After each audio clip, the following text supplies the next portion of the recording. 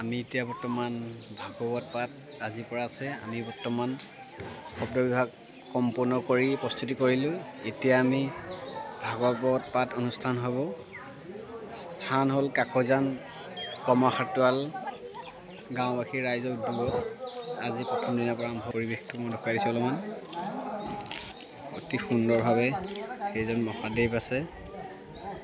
বৰ্তমান পতাকা উত্তোলন কৰা হৈছে। গা গজেন্দ্ৰ প্ৰভু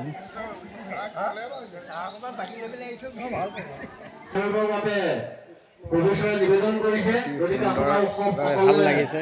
নামঘৰ পৰিৱেশটো ইমান ধুনীয়াকৈ সজাইছে। কৃষ্ণ অনন্ত সূৰ্যভাগ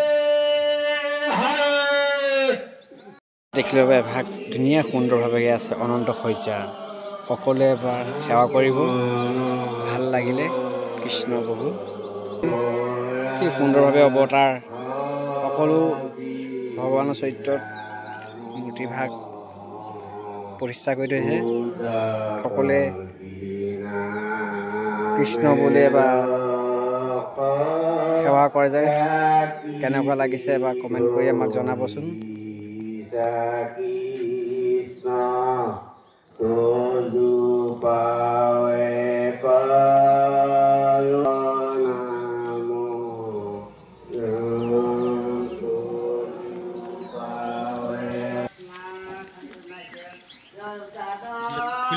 এই ভাগৱত পাঠ পৰিষদৰ